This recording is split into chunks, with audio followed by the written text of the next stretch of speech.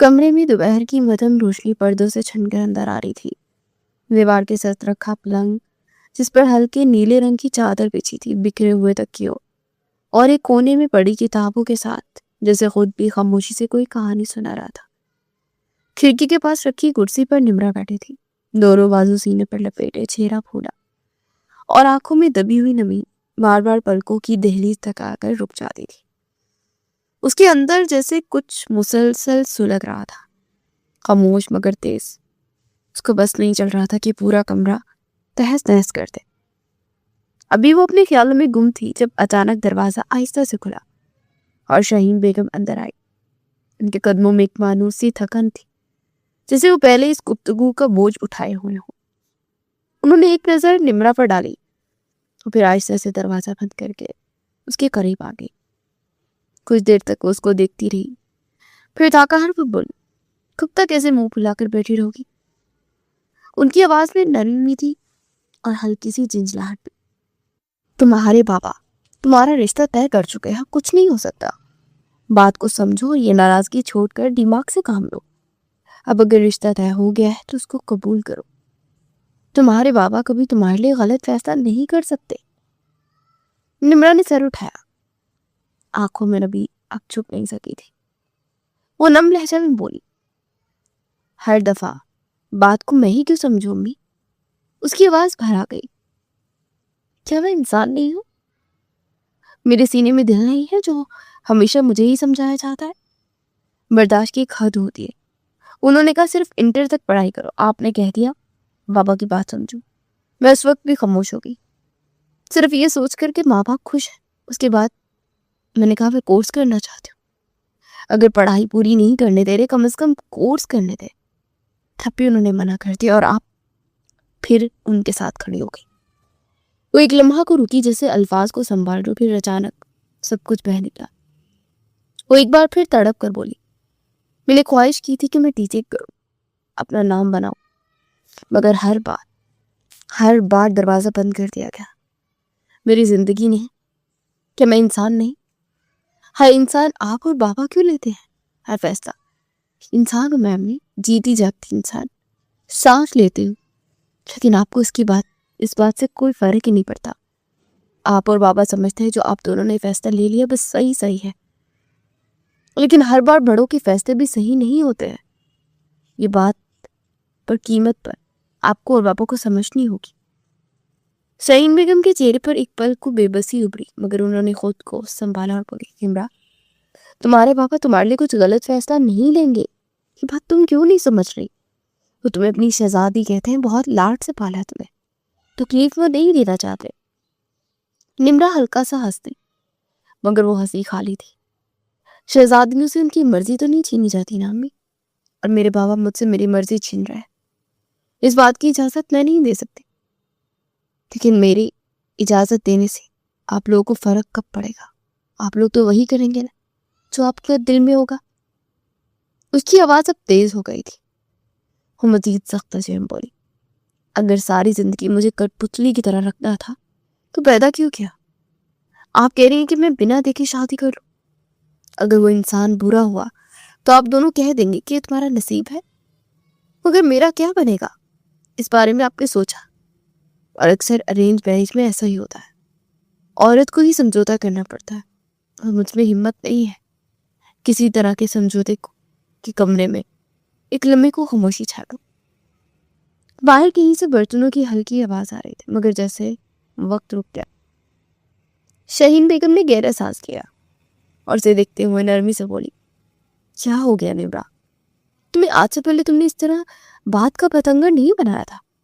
جس لڑکی کو تمہارے لیے چنا ہے وہ بہت اچھا ہے، ہمیں اس کے گھر والوں کا بھی پتا ہے، تمہیں دیکھنے کی ضرورت ہی نہیں ہے۔ وہ مزید کچھ کہتی اس سے پہلے وہ بات کاٹ کر بولی، نہیں کرنی شادی، یہ بات آپ سمجھ لیں، انسان ہوں میں، کوئی جانور نہیں ہوں جو آپ کا دل چاہا کسی کے ساتھ بھی باندھ دیا۔ مجھے ابھی اپنے خواب پورے کرنے ہیں، آپ لوگ کے ساتھ رہنا ہے ابھی میں۔ وہ مزید کچھ کہنے والی تھی کہ دروازہ زور سے کھلا اور رحیم صاحب اندر داخل ہوئے۔ ان کی موجودگی نے جیسے کمرے کی فضا کو یکدم بھاری کر دیا۔ نمرا کے ہاتھ وکٹر کانپ گئے اسے فوراً سیدھی ہو کر بیٹھ گئی.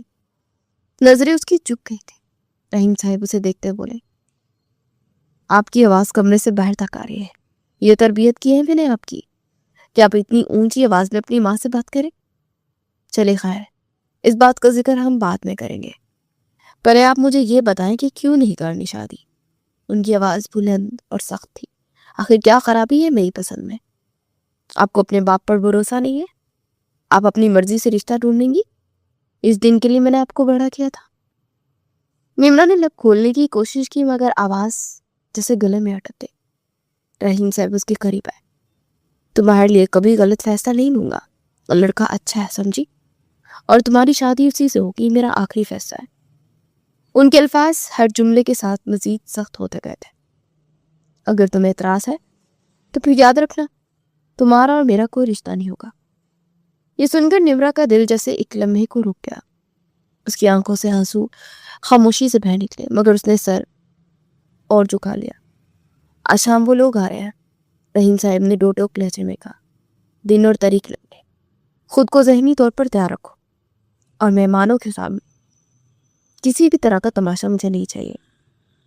یہ کہہ کر وہ مڑے اور پیچھے دیکھے بغیر کمرے سے نکل گئے. ان کے قدموں کی آواز آہستہ آہستہ دور ہوتی گئی مگر اس کی بازگشت کمرے میں باقی رہ گئی تھی. شہین بیگم نے لمحہ نمرا کی طرف دیکھا جیسے کچھ کہنا چاہتی ہوں مگر پھر خاموشی سے پلٹ کر دروازے کی طرف بڑھ گئی. دروازہ بند ہونے کی ہلکی سی آواز نے کمرے کی تنہائی کو اور گہرا کر دیا. اب کمرے میں صرف نمرا تھی اور اس کی ٹوٹتی ہوئی سانسیں. وہ چند لمحے ویسے ہی بیٹھی رہی, پھر اچانک جیسے اندر کا بند ٹوٹ گیا. وہ پلنگ پر جھک کے اور پوٹ پوٹ کر رونے لگی. اس کے آنسو تکیے میں جذب ہوتے جا رہے تھے مگر اس کے دل کا بوجھ کم نہیں ہو رہا تھا. ہر سسکی کے ساتھ ایک سوال, ایک دکھ, ایک ادھوری خواہش باہر آ رہی تھی مگر سننے والا کوئی نہیں تھا.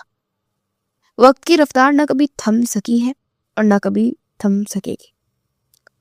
رات کی سیاہی چاروں جانب پھیل چکی تھی.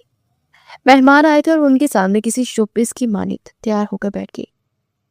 وقت گزرا تھا اور شادی کی تاریخ بھی طے کرتی گئی. کھانا وغیرہ تناول کر کے وہ لوگ چلے گئے تھے. رات مزید گہری ہو چکی تھی. گھر کی صحن میں پھیلی روشنی میں تھم پڑنے لگی جیسے دن بھر کی ہلچل کے بعد دیواریں بھی تھک کر سانس لے رہے ہو. مہمان جا چکے تھے.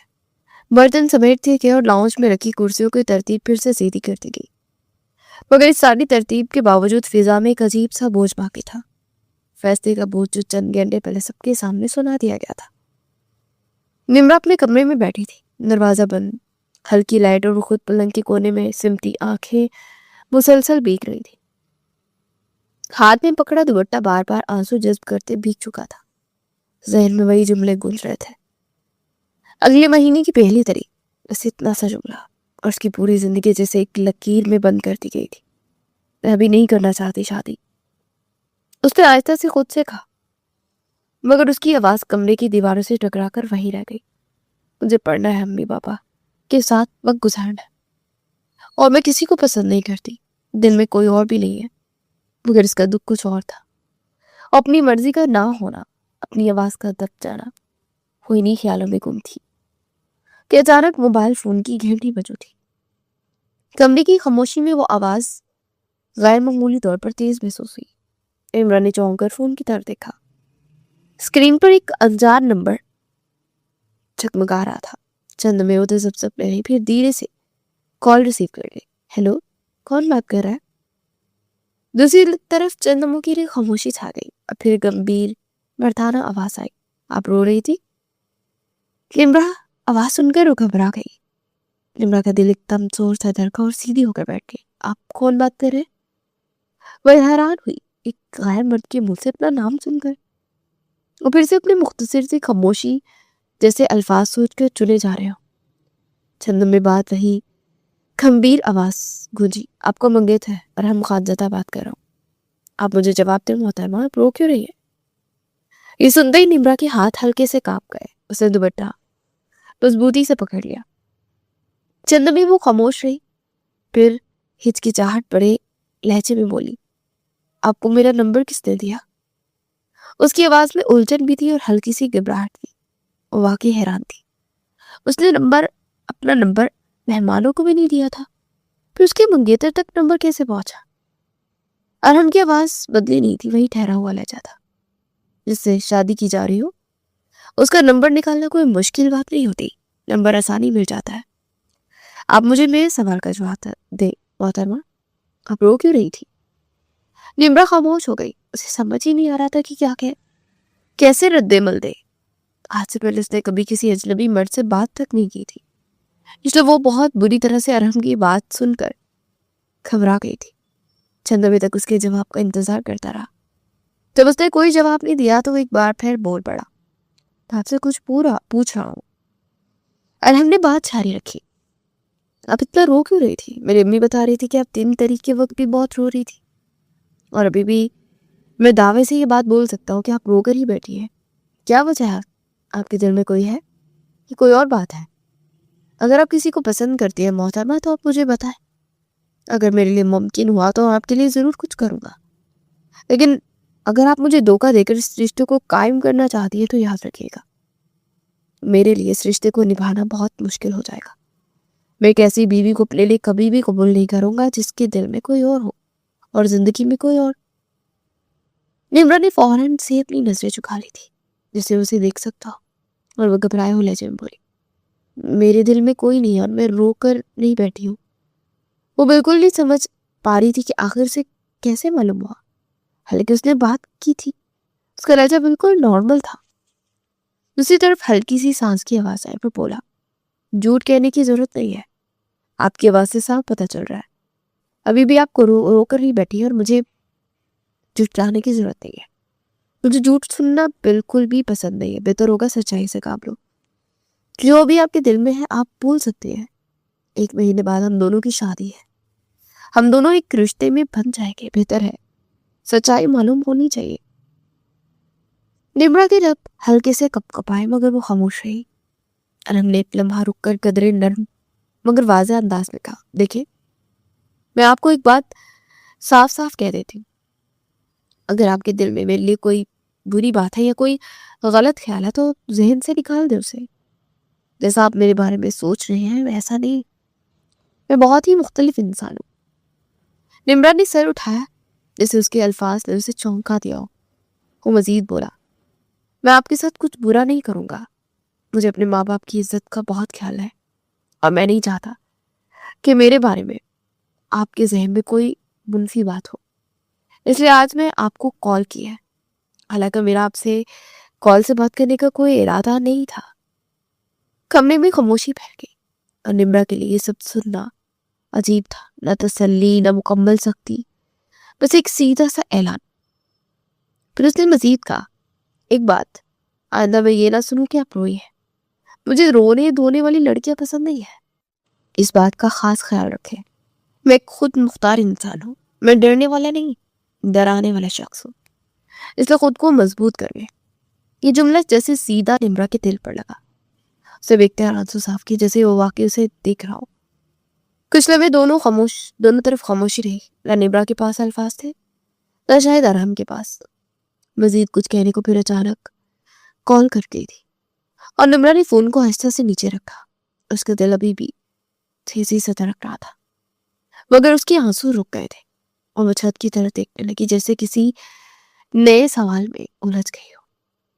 کمرہ ویسا ہی تھا، رات ویسے ہی، مگر اب اس کے اندر صرف دکھ نہیں تھا، ایک عجیب سی بے چینی بھی شامل ہو چکی تھی جس کی وجہ سے وہ خود بھی ٹھیک سمجھ نہیں پا رہی تھی۔